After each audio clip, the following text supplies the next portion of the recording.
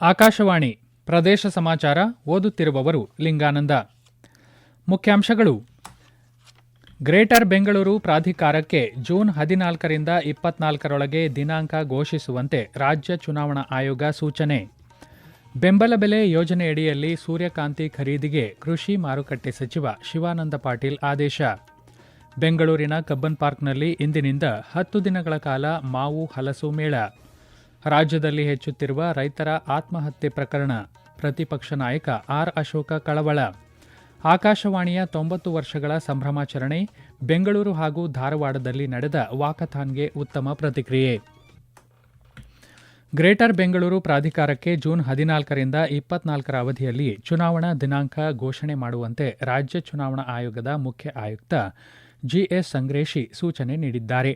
GBA ವ್ಯಾಪ್ತಿಯ 5 ನಗರ ಪಾಲಿಕೆಗಳ ಚುನಾವಣೆಗೆ ಸಂಬಂಧಪಟ್ಟಂತೆ ನಡೆದ ಸಭೆಯ ಬಳಿಕ ಸುದ್ದಿಗಾರರೊಂದಿಗೆ ಮಾತನಾಡಿದ ಅವರು, ಬ್ಯಾಲೆಟ್ ಪೇಪರ್ನಲ್ಲಿ ಚುನಾವಣೆ ನಡೆಸುವುದಾಗಿ ಅವರು ತಿಳಿಸಿದ್ದಾರೆ. ಚುನಾವಣೆ ನಡೆಸಲು ಈಗಾಗಲೇ ಎಲ್ಲ ಕ್ರಮ ತೆಗೆದುಕೊಳ್ಳಲಾಗಿದೆ. ಚುನಾವಣೆ ಮುಂದೂಡುವ ಅಧಿಕಾರ ನಮಗಿಲ್ಲ ಎಂದು ಸ್ಪಷ್ಟಪಡಿಸಿದ್ದಾರೆ. ಜೂನ್ 30ರೊಳಗೆ ಜಿಬಿಎ 5 ಕಾರ್ಪೊರೇಷನ್ಗಳಿಗೆ ಚುನಾವಣೆಯನ್ನು ಕಂಪ್ಲೀಟ್ ಮಾಡಬೇಕಾಗಿರುವುದರಿಂದ ಮಾನ್ಯ ಸುಪ್ರೀಂ ಕೋರ್ಟ್ ನಿರ್ದೇಶನದ ಮೇರೆಗೆ ಮತ್ತು ಫೈನಲ್ ಇಂಟೆಲಿಜೆನ್ಸ್ ಅಂತ ಹೇಳಿ ಹೊಸದಿರುವುದರಿಂದ ನಾವು ಜೂನ್ 30ರೊಳಗೆ ಚುನಾವಣೆಗಳನ್ನು ಮುಗಿಸಿ ಅವರಿಗೆ ನಾವು ಸುಪ್ರೀಂ ಕೋರ್ಟ್ಗೆ ಕಂಪ್ಲೈನ್ಸ್ ವರದಿಯನ್ನು ಕೊಡಬೇಕಾಗಿದೆ. ಈ ಹಿನ್ನೆಲೆಯಲ್ಲಿ ಬೇಳೆಯನ್ನ ಕೊಡುವಂತಹ ಒಂದು ಏನು ಪೋಸ್ಟ್ಪೋನ್ಮೆಂಟ್ ಅವರು ಕೇಳಿದ ಹಾಗೆ ಪೋಸ್ಟ್ಪೋನ್ಮೆಂಟ್ ಮಾಡುವಂತಹ ಅಧಿಕಾರ ನನಗೆ ಈಗಿಲ್ಲ. ಚುನಾವಣೆ ಕುರಿತಂತೆ ಇಂದು ಸಭೆ ನಡೆದಿದ್ದು, ಜಿಬಿಎ ಅಧ್ಯಕ್ಷರಾಗಿರುವ ಮುಖ್ಯಮಂತ್ರಿ ಸಿದ್ದರಾಮಯ್ಯ ಹಾಗೂ ಉಪಮುಖ್ಯಮಂತ್ರಿ ಸಭೆಗೆ ಗೈರಾಗಿದ್ದರು.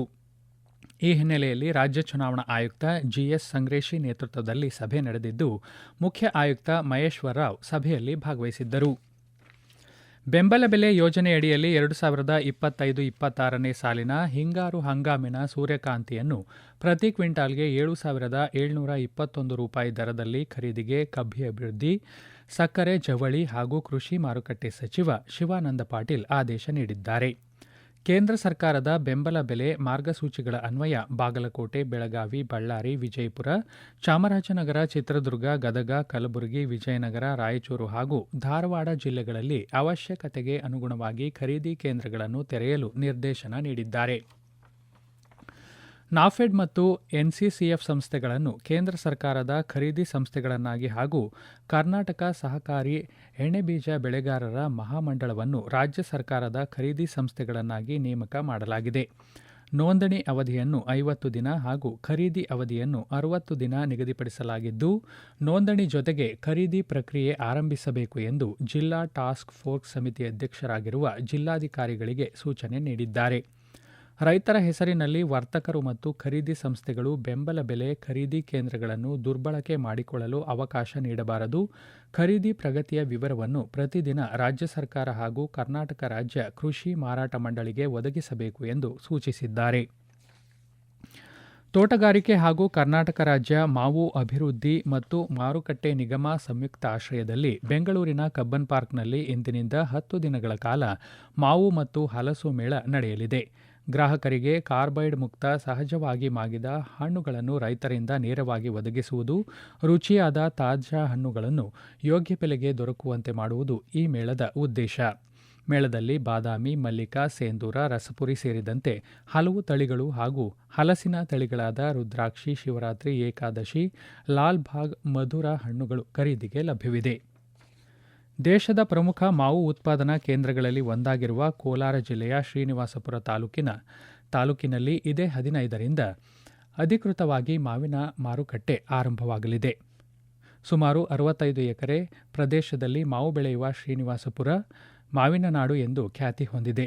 ಇಲ್ಲಿನ ಹವಾಮಾನ ಮತ್ತು ಮಣ್ಣಿನ ಗುಣಮಟ್ಟ ಮಾವಿನ ಬೆಳೆಗೆ ಅತ್ಯಂತ ಅನುಕೂಲಕರವಾಗಿದ್ದು, ಉತ್ತಮ ಗುಣಮಟ್ಟದ ಹಣ್ಣು ಉತ್ಪಾದನೆಗೆ ಸಹಕಾರಿಯಾಗಿದೆ.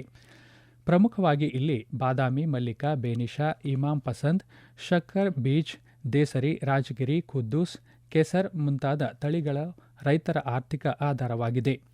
ಪಂಜಾಬ್, ಹರಿಯಾಣ, ರಾಜಸ್ಥಾನ, ಗುಜರಾತ್, ಉತ್ತರ ಪ್ರದೇಶ, ಮಧ್ಯಪ್ರದೇಶ, ಪಶ್ಚಿಮ ಬಂಗಾಳ, ತಮಿಳುನಾಡು, ಕೇರಳ, ಆಂಧ್ರಪ್ರದೇಶ ಸೇರಿದಂತೆ ಅನೇಕ ರಾಜ್ಯಗಳಿಗೆ ಇಲ್ಲಿಂದ ಮಾವು ರಫ್ತಾಗುತ್ತದೆ.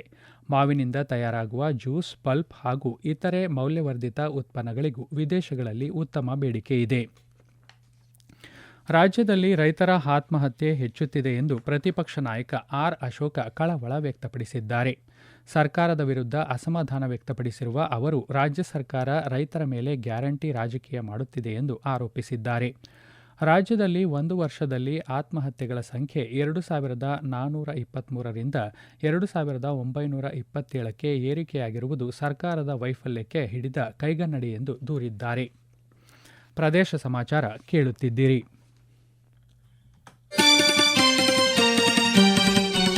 ನಮ್ಮ ಎಲ್ಲಾ ರಾಷ್ಟ್ರೀಯ ವಾರ್ತೆಗಳು ಹಾಗೂ ಪ್ರದೇಶ ಸಮಾಚಾರ ಈಗ ಆಕಾಶವಾಣಿ ನ್ಯೂಸ್ ಕನ್ನಡ ಯೂಟ್ಯೂಬ್ ಚಾನೆಲ್ನಲ್ಲಿ ಲಭ್ಯ. ನಮ್ಮ ಎಕ್ಸ್ ಖಾತೆ ಮತ್ತು ಇನ್ಸ್ಟಾಗ್ರಾಂ ಖಾತೆ ಆಕಾಶವಾಣಿ ನ್ಯೂಸ್ ಕನ್ನಡ. ಹೆಚ್ಚಿನ ಮಾಹಿತಿಗಾಗಿ ನಮ್ಮ ಫೇಸ್ಬುಕ್ ಖಾತೆ AIR ಕನ್ನಡ ನ್ಯೂಸ್ ಅನುಸರಿಸಿ. ಮಾಹಿತಿಯ ಹೂರಣ ವಾರದ ಕಾರ್ಯಕ್ರಮ ಪ್ರಚಲಿತ ವಿದ್ಯಮಾನ ಪ್ರತಿ ಬುಧವಾರ 9:15ಕ್ಕೆ. ಆಕಾಶವಾಣಿಯ 90 ವರ್ಷಗಳ ಸಂಭ್ರಮಾಚರಣೆಯ ಅಂಗವಾಗಿ ಬೆಂಗಳೂರು ಆಕಾಶವಾಣಿ ಕೇಂದ್ರದ ವತಿಯಿಂದ ಇಂದು ಆಯೋಜಿಸಲಾಗಿದ್ದ ವಾಕಥಾನ್ 2026ಕ್ಕೆ ಉತ್ತಮ ಸ್ಪಂದನೆ ವ್ಯಕ್ತವಾಯಿತು. 90 ವರ್ಷಗಳ ಸಾರ್ಥಕ ಧ್ವನಿ, ಸಂಸ್ಕೃತಿ ಹಾಗೂ ಸದಭಿರುಚಿಯ ಸಂಪರ್ಕ ಸೇತು ಎಂಬ ಘೋಷವಾಕ್ಯದೊಂದಿಗೆ ನಡೆದ ಜಾಥಾದಲ್ಲಿ ಮಾಜಿ ಕ್ರಿಕೆಟಿಗ ದೊಡ್ಡ ಗಣೇಶ್, ಖ್ಯಾತ ಚಲನಚಿತ್ರ ನಟ ಅನಿರುದ್ಧ್ ಜತ್ಕಾರ್ ಪಾಲ್ಗೊಂಡಿದ್ದರು. ಬೆಂಗಳೂರು ಆಕಾಶವಾಣಿ ಕೇಂದ್ರದ ಉಪಮಹಾನಿರ್ದೇಶಕರಾದ KP ಸಂಜೀವ್, ಕಾರ್ಯಕ್ರಮ ಮುಖ್ಯಸ್ಥರಾದ AS ಶಂಕರನಾರಾಯಣ, ಆಕಾಶವಾಣಿ ಸಿಬ್ಬಂದಿ, ಕ್ರೀಡಾಪಟುಗಳು ಸೇರಿದಂತೆ 300ಕ್ಕೂ ಅಧಿಕ ಜನರು ಪಾಲ್ಗೊಂಡಿದ್ದರು. ಬೆಂಗಳೂರಿನ ರಾಜಭವನ ರಸ್ತೆಯಲ್ಲಿರುವ ಆಕಾಶವಾಣಿ ಕೇಂದ್ರದಿಂದ ಆರಂಭವಾದ ಜಾಥಾ ಕಬ್ಬನ್ ಪಾರ್ಕ್ ಮೂಲಕ ಸಾಗಿ ವಿಧಾನಸೌಧ ಎದುರುಗಡೆಯಿಂದ ಸಂಚರಿಸಿ ಆಕಾಶವಾಣಿ ಕೇಂದ್ರದಲ್ಲಿ ಕೊನೆಗೊಂಡಿತು. ಭಾಗವಹಿಸಿದ ಎಲ್ಲರಿಗೂ ಪ್ರಮಾಣ ಪತ್ರ ನೀಡಲಾಯಿತು. ಇನ್ನೊಂದೆಡೆ ಆಕಾಶವಾಣಿ ಧಾರವಾಡ ಕೇಂದ್ರವು ಇಂದು ಬೆಳಗ್ಗೆ 8 ಗಂಟೆಗೆ ಜನ ಸಹಭಾಗಿತ್ವದಲ್ಲಿ ಆತ್ಮೀಯ ಶ್ರೋತೃಗಳೊಂದಿಗೆ Akashvani at 90 fit India walkathon ಆಯೋಜಿಸಿತ್ತು. ಈ ವಾಕಥಾನ್ನಲ್ಲಿ ವಿದ್ಯಾರ್ಥಿಗಳು ಸೇರಿದಂತೆ ವಿಶೇಷ ಆಹ್ವಾನಿತ ಶ್ರೋತೃಗಳು, ಸಾರ್ವಜನಿಕರು, ಆಕಾಶವಾಣಿ ಅಧಿಕಾರಿ ವರ್ಗ ಹಾಗೂ ಸಿಬ್ಬಂದಿ ಪಾಲ್ಗೊಂಡಿದ್ದರು.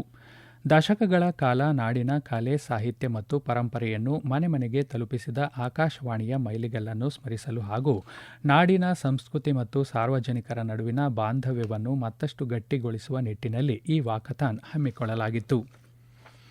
ಡಾ ಮನಮೋಹನ್ ಸಿಂಗ್ ಬೆಂಗಳೂರು ನಗರ ವಿಶ್ವವಿದ್ಯಾಲಯದ ರಸಾಯನಶಾಸ್ತ್ರ ವಿಭಾಗವು ಕೆಮಿಕಲ್ ಸೊಸೈಟಿ ಮತ್ತು ಸೆಂಟ್ರಲ್ ಕಾಲೇಜಿನ ರಸಾಯನಶಾಸ್ತ್ರ ಹಳೆಯ ವಿದ್ಯಾರ್ಥಿಗಳ ಸಂಘದ ಸಂಯುಕ್ತ ಆಶ್ರಯದಲ್ಲಿ ಕೆಮೋತ್ಸವ 2026 ಎಂಬ ವಿನೂತನ ಕಾರ್ಯಕ್ರಮ ಹಮ್ಮಿಕೊಂಡಿತ್ತು. ಭಿತ್ತಿಫಲಕವನ್ನು ಅನಾವರಣಗೊಳಿಸುವ ಮೂಲಕ ವಿವಿಧ ಶೈಕ್ಷಣಿಕ ಸ್ಪರ್ಧೆಗಳನ್ನು ಒಳಗೊಂಡ ಈ ವಿಜ್ಞಾನ ಹಬ್ಬಕ್ಕೆ ಕುಲಪತಿ ಪ್ರೊಫೆಸರ್ ರಮೇಶ್ ಬಿ ವಿದ್ಯುಕ್ತವಾಗಿ ಚಾಲನೆ ನೀಡಿದರು. ಈ ವೇಳೆ ಮಾತನಾಡಿದ ಅವರು, ಆಧುನಿಕ ತಂತ್ರಜ್ಞಾನದ ತಾಯಿ ಬೇರಾದ ಮೂಲ ವಿಜ್ಞಾನ ಕಲಿಕೆಗೆ ಹೆಚ್ಚಿನ ಆಸಕ್ತಿ ವಹಿಸುವಂತೆ ವಿದ್ಯಾರ್ಥಿಗಳಿಗೆ ಕರೆ ನೀಡಿದರು.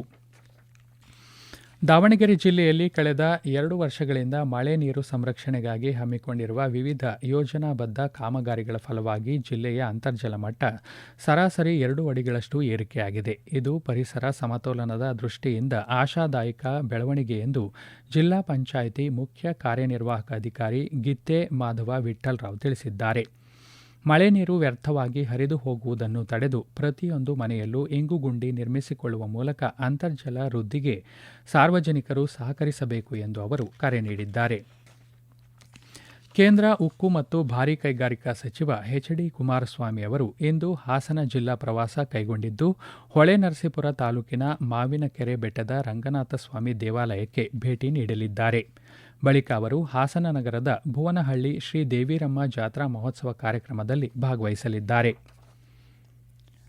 ಈಗ ಕೊನೆಯಲ್ಲಿ ಮತ್ತೊಮ್ಮೆ ಮುಖ್ಯಾಂಶಗಳು. ಗ್ರೇಟರ್ ಬೆಂಗಳೂರು ಪ್ರಾಧಿಕಾರಕ್ಕೆ ಜೂನ್ 14ರಿಂದ 24ರೊಳಗೆ ದಿನಾಂಕ ಘೋಷಿಸುವಂತೆ ರಾಜ್ಯ ಚುನಾವಣಾ ಆಯೋಗ ಸೂಚನೆ. ಬೆಂಬಲ ಬೆಲೆ ಯೋಜನೆಯಡಿಯಲ್ಲಿ ಸೂರ್ಯಕಾಂತಿ ಖರೀದಿಗೆ ಕೃಷಿ ಮಾರುಕಟ್ಟೆ ಸಚಿವ ಶಿವಾನಂದ ಪಾಟೀಲ್ ಆದೇಶ. ಬೆಂಗಳೂರಿನ ಕಬ್ಬನ್ ಪಾರ್ಕ್ನಲ್ಲಿ ಇಂದಿನಿಂದ 10 ದಿನಗಳ ಕಾಲ ಮಾವು ಹಲಸು ಮೇಳ. ರಾಜ್ಯದಲ್ಲಿ ಹೆಚ್ಚುತ್ತಿರುವ ರೈತರ ಆತ್ಮಹತ್ಯೆ ಪ್ರಕರಣ ಪ್ರತಿಪಕ್ಷ ನಾಯಕ ಆರ್ ಅಶೋಕ ಕಳವಳ. ಆಕಾಶವಾಣಿಯ 90 ವರ್ಷಗಳ ಸಂಭ್ರಮಾಚರಣೆ, ಬೆಂಗಳೂರು ಹಾಗೂ ಧಾರವಾಡದಲ್ಲಿ ನಡೆದ ವಾಕಥಾನ್ಗೆ ಉತ್ತಮ ಪ್ರತಿಕ್ರಿಯೆ. ಇಲ್ಲಿಗೆ ಪ್ರದೇಶ ಸಮಾಚಾರ ಮುಗಿಯಿತು. ನಮ್ಮ ಮುಂದಿನ ವಾರ್ತಾ ಪ್ರಸಾರ ಸಂಜೆ 6:40ಕ್ಕೆ.